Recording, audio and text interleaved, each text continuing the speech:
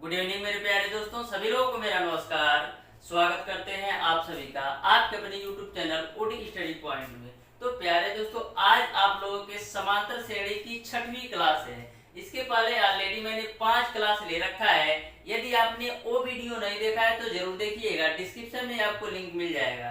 प्यारे दोस्तों, आज की क्लास में मैं आपको सॉल्व करवाऊंगा एक्सरसाइज नंबर 2 के क्वेश्चन नंबर 7 से। इसके पहले ऑलरेडी मैंने एक्सरसाइज नंबर 1 और एक्सरसाइज नंबर 2 के क्वेश्चन नंबर 1 से लेकर के क्वेश्चन नंबर 6 तक के सारे प्रश्नों का सॉल्यूशन करवा दिया है। तो प्यारे दोस्तों, स्टार्ट करते हैं आज की क्लास को। देखते हैं क्वेश्चन नंबर 7। क्वेश्चन नंबर 7 आपका है, एक कंपनी में कर्मचारियों की आयु समांतर श्रेणी में है जिसका सार्वंतर 1 वर्ष है। यदि सबसे कम आयु का कर्मचारी 18 वर्ष का हो तो कर्मचारियों की संख्या ज्ञात कीजिए, जबकि सभी कर्मचारियों की आयु का योग 1500 वर्ष है। तो क्वेश्चन नंबर 7 को ध्यान से समझिएगा। इस क्वेश्चन में आपको सारी वैल्यू दे रखा है, केवल और केवल आपको n का मान ज्ञात करना है। जब आप इस क्वेश्चन को अच्छी तरीके से ध्यान से पढ़ेंगे तो आपको पूरी तरह से क्लियर समझ में आ जाएगा। तो मैं आपको समझाता हूं, ध्यान से समझिएगा। सबसे पहले लिखेंगे डाटा गिवन। सबसे पहले देखिए कि इस क्वेश्चन में आपको कौन कौन सी वैल्यू दिया है। तो दिया है, देखिएगा, बोला है कि एक कंपनी के कर्मचारियों की आयु समांतर श्रेणी में है जिसका सार्वंतर 1 वर्ष है, यानी आपको डी की वैल्यू दे रखा है 1 वर्ष। फिर आगे क्वेश्चन में बोला गया है कि सबसे कम आयु का कर्मचारी 18 वर्ष का है। तो सबसे कम आयु का कर्मचारी 18 वर्ष का मतलब ये है प्यारे दोस्तों, आपको पता है कि कोई भी समांतर श्रेणी आपका a प्लस डी और a plus 2d dot dot dot इसी रूप में होता है। यदि मैं आपसे पूछूं कि इस समांतर श्रेणी में सबसे छोटा पद कौन सा होगा, तो सबसे छोटा पद आपका a होगा। यानी कि इस क्वेश्चन में आपको a का मान 18 वर्ष दे रखा है, क्योंकि ऑलरेडी क्वेश्चन में बोल रखा है कि सबसे कम आयु का कर्मचारी 18 वर्ष का है। आपने देखा इस समांतर श्रेणी में जो सबसे छोटा पद है वो आपका a है, यानी a की वैल्यू आपको दे रखा है 18 वर्ष। फिर आगे क्वेश्चन में बोला है कि कर्मचारियों की संख्या ज्ञात कीजिए। तो कर्मचारियों की संख्या ज्ञात कीजिए, जबकि सभी कर्मचारियों की आयु का योग 1500 वर्ष है। तो कर्मचारियों की संख्या आपको नहीं पता है तो लिखेंगे, माना कि दी गई समांतर श्रेणी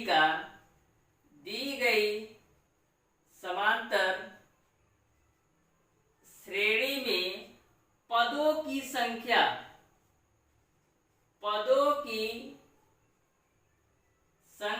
n है। मैंने मान लिया कि जो आपकी समांतर श्रेणी दी गई है उसमें पदों की संख्या n है।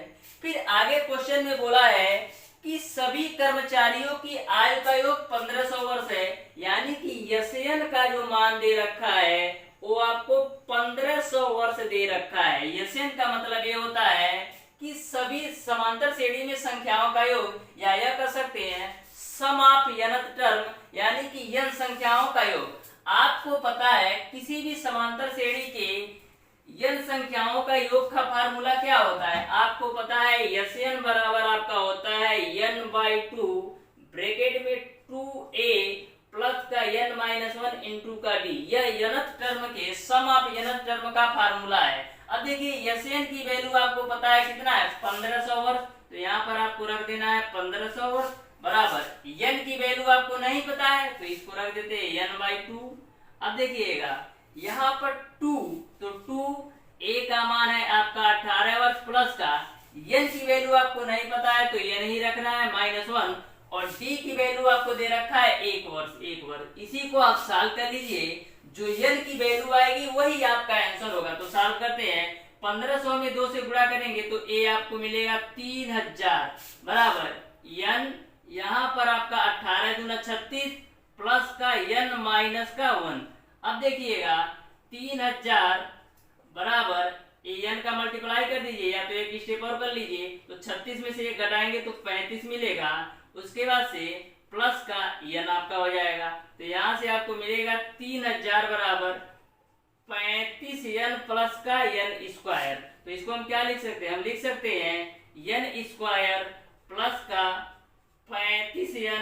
माइनस का 3000 बराबर 0। अब आपका यह एक समांतर श्रेणी के रूप में आ गया। अब आपको ऐसे सॉल्व करना है कि जोड़ने और घटाने पर 35 आए और गुणा करने पर आपका 3000 आए। तो आपको 3000 का फैक्टर कर लेना है। तो 3000 का फैक्टर करते हैं, ध्यान से समझिएगा आपको कैसे करना है।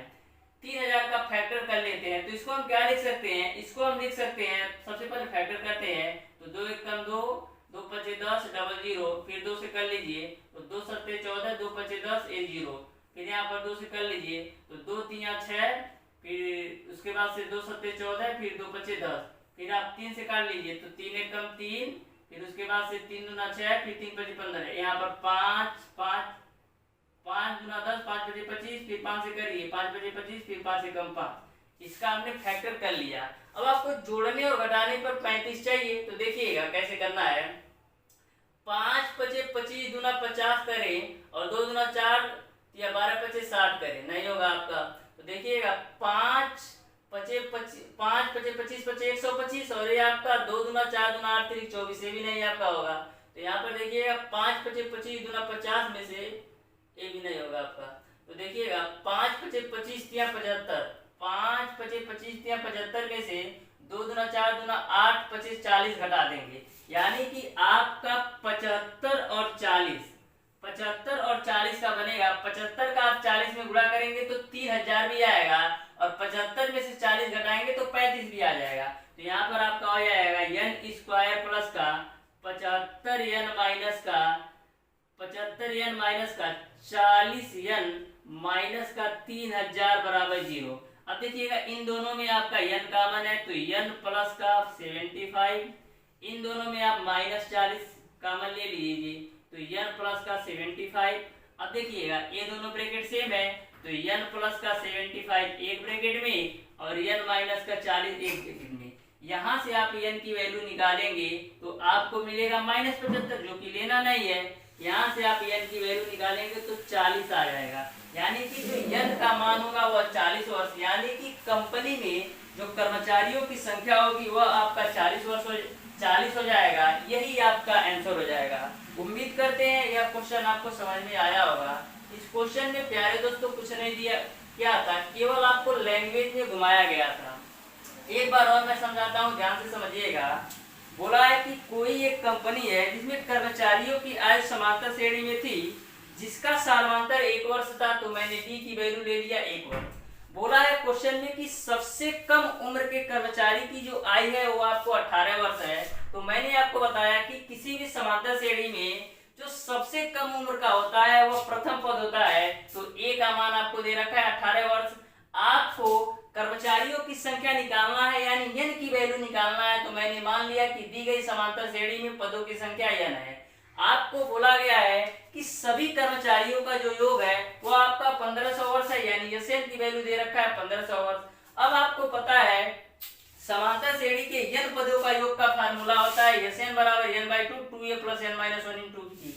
इस फार्मूले में मैंने सारी वैल्यू पुट कर दिया और सॉल्व कर लिया, तो n की जो वैल्यू आई वो 40, यानी कि कर्मचारियों की जो संख्या है कंपनी में वो 40 होगा। अब देखिएगा क्वेश्चन नंबर 8। क्वेश्चन नंबर 8 आपका है, यदि एक 12 भुजाओं वाले बहुभुज के अंतःकोण समांतर श्रेणी में हो, जिनका योगफल 1800 डिग्री तथा सालमांतर 10 डिग्री हो, तो बहुभुज में सबसे छोटे अंतःकोण का मान ज्ञात कीजिए।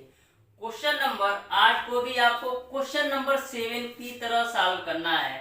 फर्क इतना है, क्वेश्चन नंबर 7 में आपने n की वैल्यू फाउंड आउट किया, और क्वेश्चन नंबर 8 में आपको प्रथम पद a का मान ज्ञात करना है, क्योंकि बोला है कि सबसे छोटे अंतःकोण का मान ज्ञात कीजिए, यानी आपको a की वैल्यू ज्ञात करना है। तो ध्यान से क्वेश्चन नंबर 8 को समझिएगा। सबसे पहले देखते हैं कि इस क्वेश्चन में आपको क्या क्या दिया है। तो लिखेंगे डाटा गिवन, यानी कि दिया है, तो यहाँ पर लिख लेंगे डाटा गिवन। अब क्वेश्चन को ध्यान से समझिए। बोला है यदि एक 12 भुजाओं वाले बहुभुज के अंतःकोण, 12 भुजाओं वाले, यानी n की जो वैल्यू है वो आपका है 12 है, अंतःकोण समांतर श्रेणी में हो, जिनका योगफल आपका 1800 डिग्री है, यानी कि Sn की वैल्यू आपको दे रखा डिग्री। फिर आगे क्वेश्चन में बोल रखा है तथा सार्वांतर आपका है 10 डिग्री, यानी कि डी की वैल्यू आपको दे रखा है 10 डिग्री। आपको बताना है कि बहुभुज के सबसे छोटे अंतःकोण का मान ज्ञात कीजिए। तो सबसे पहले मान लेते हैं, माना कि बहुभुज के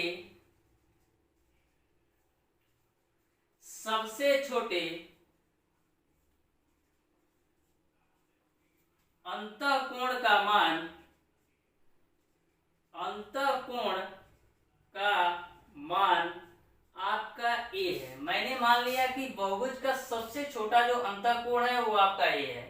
इसको आपको यहाँ पर लिख लीजिए तो और बेटर रहेगा। सबसे पहले यहाँ पर आपको लिख लेना चाहिए था कि माना कि बहुभुज के सबसे छोटे अंतःकोण का मान ए है। इसको आप लोग यहाँ पर लिख लीजिएगा, मैं मिस्टेक से यहाँ पर लिख दिया हूँ, ठीक। अब देखिएगा, आपको ए की वैल्यू ही फाइंड आउट करना है।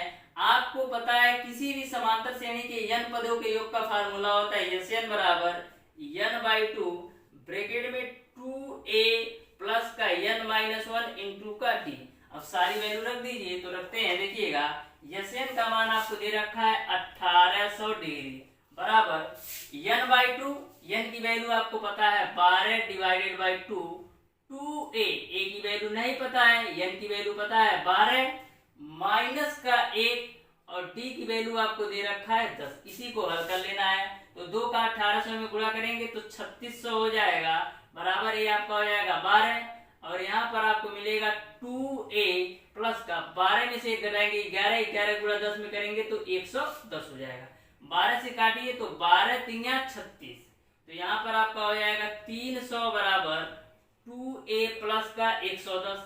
अब देखिए 300 में से 110 घटाएंगे तो मिलेगा आपको 190 बराबर आपको मिल जाएगा 2a। तो 2 से काट दीजिए तो 2 9 18 और 2 5 10, यानी a की जो वैल्यू आ गई वो आपका 95, यानी कि सबसे छोटे अंतःकोण का जो मान है वो आपका 95 डिग्री हो जाएगा। यही आपका आंसर हो जाएगा। यह भी क्वेश्चन आपको बिल्कुल अच्छी तरीके से समझ में आया होगा। क्वेश्चन नंबर 9 आपका है, यदि एक समांतर श्रेणी का 9वां पद 97 तथा 15वां पद 143 हो तो श्रेणी के 44 पदों का योग बताइए। तो ध्यान से क्वेश्चन नंबर 9 को समझिएगा। बोला है एक समांतर श्रेणी का जो 9वां पद है 97 है और 15वां पद 143 है, तो आपको 44 पदों का योग ज्ञात करना है। तो सबसे पहले आपको समांतर श्रेणी का प्रथम पद a और सार्वंतर d का मान नहीं पता है, तो मान लेते हैं, माना कि दी गई समांतर श्रेणी का, दी गई समांतर श्रेणी का प्रथम पद आपका a है और जो आपका सार्वंतर है वो मैंने मान लिया d है। अब देखिए क्वेश्चन के अनुसार क्या बोला जा रहा है, तो लिखेंगे प्रश्नानुसार। बोला है कि 9वां पद आपका 97 है, तो 9वां पद क्या होता है, a प्लस का 8d आपको दे रखा है 97, इसको हम मान लीजिए समीकरण नंबर 1। फिर बोला है 15वां पद 143 है, तो लिखेंगे पुनः 15वां पद क्या होता है, a प्लस का 14d बराबर आपको दे रखा है 143, इसको आप मान लीजिए समीकरण नंबर 2। आपको 44 पदों का योग ज्ञात करना है। तो सबसे पहले आपको a और d का मान पता होना चाहिए, तभी आप निकाल सकते हैं। तो देखिएगा समीकरण 1 और 2 को हल करते हैं, तो लिखेंगे समीकरण 2 माइनस 1 से, यानी समीकरण 2 में से 1 को घटाना है। 2 आपका है a प्लस का 14d बराबर 143 और 1 आपका है a प्लस का 8d बराबर 97। अब इसको घटा लीजिए तो माइनस माइनस a कैंसिल होगा, 14 में से 8 जाएगा 6d बराबर 143 में से 97 घटाइए तो यहाँ पर 13 में से 7 जाएगा 6, फिर यहाँ 13 में से 9 जाएगा 4, तो 2 से काटिए 2 3 6, फिर 2 और 2 दूना 4, 2 3 6, यानी कि जो d का मान आएगा वो आपको मिल जाएगा 23/3। d की वैल्यू आपने निकाल लिया 23/3। अब देखिएगा आपको ए की वैल्यू चाहिए, तो डी का मान समीकरण 1 या 2 में रखकर आप ए की वैल्यू निकाल सकते हैं। तो लिखेंगे डी का मान समीकरण 1 में रखने पर, समीकरण 1 में रखने पर तो रख दीजिए। तो ए डी की वैल्यू आपको रख देना है 23/3 बराबर आपका है 97। इसी को आप हल कीजिए तो ए की वैल्यू आपको मिल जाएगी। तो ए बराबर आपको क्या मिलेगा, 97 माइनस 8 गुणे 23/3। अब देखिए इसको एलसीएम लेके सॉल्व कीजिए। तो 3 7 21 को 1, 3 9 27 और 2 29 माइनस का इसका मल्टीप्लाई कर दीजिए 8 और 23 का। तो 8 3 24 को 4, 8 2 16 और 2 18, 8 3 24 को 4, 8 2 16 2 18 डिवाइडेड बाई 3। अब देखिएगा 291 में से 184 घटाइए तो 11 में से 4 जाएगा 7 बचेगा। यहाँ पर 8 में से 8 जाएगा 0 बचेगा, फिर 2 में से 1 जाएगा 1 बचेगा, a/3। आपने a की वैल्यू निकाल लिया 107/3। अब आपको 44 पदों का योग ज्ञात करना है, यानी कि जो n का मान है वो आपको दे रखा है 44। तो फार्मूला लगा दीजिए। तो Sn बराबर होता है n/2 2a प्लस का n-1 इंटू का d। अब देखिएगा Sn की वैल्यू ज्ञात करना है, n का मान है 44 डिवाइडेड बाई 2, a आपका 2, a की वैल्यू आपने कितना निकाला है, a की वैल्यू आपने निकाला है 107 डिवाइडेड बाई 3, n की वैल्यू है 44 माइनस 1 और d की वैल्यू आपका है 23/3। इसी को आप लोग हल कर लीजिएगा। जो इसका सॉल्यूशन आएगा, जो इसका रिजल्ट आएगा वही आपका आंसर हो जाएगा। अब देखते हैं क्वेश्चन नंबर 10। क्वेश्चन नंबर 10 को ध्यान से समझिएगा। बोला है किसी समांतर श्रेणी का 5वां पद दूसरे पद से दोगुना है। श्रेणी का प्रथम पद व सार्वंतर ज्ञात कीजिए तथा दिखाइए कि प्रथम पद सार्वंतर से 2 गुना है, जबकि श्रेणी के 10 पदों का योग आपको 65 दे रखा है। तो क्वेश्चन नंबर 10 को ध्यान से समझिएगा। इस क्वेश्चन में आपको प्रथम पद a और सार्वंतर d निकालना है। उसके बाद से आपको a भी दिखाना है कि जो आपका प्रथम पद है वह सार्वंतर का 2 गुना है। तो ध्यान से समझिएगा क्वेश्चन नंबर 10 के सॉल्यूशन को कि कैसे सॉल्व करना है। तो सबसे पहले आपको प्रथम पद और सार्वंतर निकालना है। तो जो निकालना है उसको ही मान लेते हैं कि माना कि दी गई समांतर श्रेणी का, दी गई समांतर श्रेणी का प्रथम पद आपका a है और जो सार्वंतर है वो मैंने मान लिया d है। फिर क्वेश्चन में ध्यान से समझिएगा, सबसे लास्ट में आप देखिएगा तो लिखा है श्रेणी के 10 पदों का योग 65 है। तो श्रेणी के 10 पदों का योग 65 है, यानी कि जो यस्टेन का मान है वो आपको दे रखा है 65। श्रेणी के 10 पदों का योग, तो सम ऑफ 10 टर्म, तो यस्टेन की वैल्यू आपको दे रखा है 65। आपको किसी भी समांतर श्रेणी के n पदों का योग का फार्मूला पता है, आपको पता है n/2 2a प्लस का n-1 इंटू का d। इसकी वैल्यू आपको दे रखा है 65। अब देखिएगा जहां पर n है वहां पर आपको 10 रख देना है। तो यहाँ पर रख देते हैं, n की वैल्यू a आपका हो जाएगा 10/2, यहाँ पर n की जगह पर 10 रख दीजिए। यहाँ तक आपको पूरी बात क्लियर है, क्योंकि क्वेश्चन में बोला गया है कि श्रेणी के 10 पदों का योग आपका 65 है। तो यस्टेन की वैल्यू आपको दे रखा है 65। आपको पता है किसी भी समांतर श्रेणी के n पदों का योग होता है n/2 2a plus n-1 into d। तो जहां जहां n था मैंने वहां पर 10 रख दिया। अब इसको आप हल कर लीजिए। तो 2 से कैंसिल करेंगे तो 5 बार में जाएगा, तो a आपको मिलेगा 5, 2a 10 में से 1 घटाएंगे तो 9d बराबर आपको मिल जाएगा 65। 5 से काटिए तो 13 बार में जाएगा, यानी कि यहाँ से आपको मिला कि 2a प्लस का 9d बराबर 13 मिल गया। इसको आप मान लीजिए समीकरण नंबर 1। फिर ध्यान से क्वेश्चन को समझना है। आगे बोला है कि 5वां पद दूसरे पद से 2 गुना है। 5वां पद दूसरे पद से 2 गुना है, तो यहाँ पर लिखेंगे प्रश्नानुसार